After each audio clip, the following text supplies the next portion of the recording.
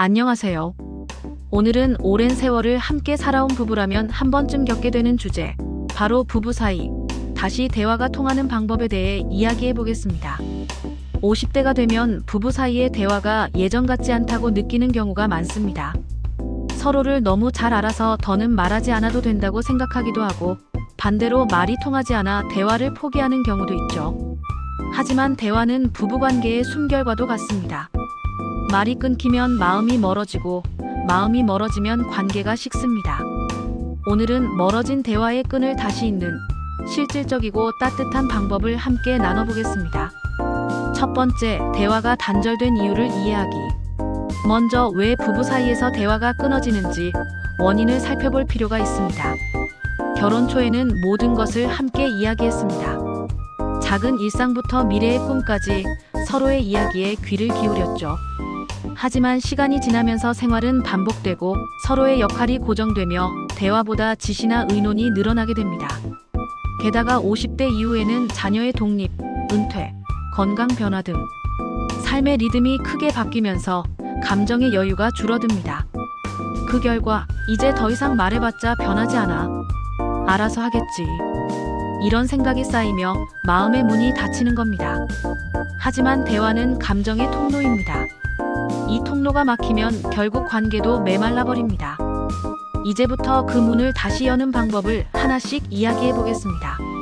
두 번째, 말보다 듣기가 먼저입니다. 대부분의 부부는 대화가 안 된다고 느끼지만 사실 대화가 아니라 듣기가 부족한 경우가 많습니다. 상대가 말을 꺼내면 곧바로 판단하거나 그건 내가 잘못했잖아. 또 그 얘기야? 같은 반응을 보이게 되죠. 하지만 진짜 대화는 이해하려는 태도에서 시작됩니다. 상대의 말을 끊지 않고 끝까지 들어주는 것, 그 자체가 신뢰의 표현입니다. 특히 남편은 아내의 감정을, 아내는 남편의 상황을 공감의 마음으로 들어주는 것이 중요합니다. 무엇을 말하느냐보다 어떻게 들어주느냐가 부부 대화의 질을 결정합니다. 세 번째, 감정이 아닌 의도를 들어야 합니다. 오랜 세월 함께 하다 보면 서로의 말투나 표현이 익숙해서 쉽게 상처받기도 합니다. 하지만 겉으로 드러난 말보다 그 안의 의도를 이해하려는 노력이 필요합니다. 예를 들어, 아내가 요즘 나랑 이야기 좀 하자 라고 말했을 때 그 말의 본질은 당신과 정서적으로 가까워지고 싶다는 메시지입니다. 남편이 좀 조용히 해 라고 할 때도 사실은 조용히 있고 싶다보다 지금은 조금 힘들다일 수도 있죠. 말의 겉모습보다 마음의 신호를 읽어내면 대화는 훨씬 부드럽게 이어집니다. 네 번째, 일상의 대화를 회복하기. 대화가 특별해야 한다고 생각할 필요는 없습니다. 오히려 일상 속의 짧은 대화가 관계를 지탱합니다. 오늘 날씨 좋네. 커피 같이 마실까? 오늘 밥 맛있었어. 이런 단순한 대화들이 마음의 벽을 허무는 시작점이 됩니다. 특히 식사 시간이나 산책 시간에 가벼운 대화를 나누면 서로의 표정과 감정을 자연스럽게 읽을 수 있습니다. 작은 일상 대화가 쌓이면 어느새 큰 감정 대화도 자연스럽게 이루어집니다. 다섯 번째, 대화의 시간을 정해보세요. 바쁜 일상 속에서 대화는 자꾸 미뤄집니다. 그래서 의도적으로 대화의 시간을 정하는 것이 필요합니다. 예를 들어, 하루에 10분 혹은 주 2회 정도 우리 대화의 시간을 만들어 보세요. TV를 끄고 휴대폰을 내려놓고 눈을 마주하며 이야기하는 겁니다. 그 시간에는 문제 해결보다 감정 나누기에 집중해야 합니다. 요즘 당신 힘들지? 나 사실 조금 외로워. 이런 한마디가 관계를 완전히 바꿀 수 있습니다. 대화의 시간은 짧아도 진심이 담기면 충분합니다. 여섯 번째, 비난 대신 나의 감정으로 표현하기. 대화가 틀어지는 이유 중 하나는 비난의 언어입니다.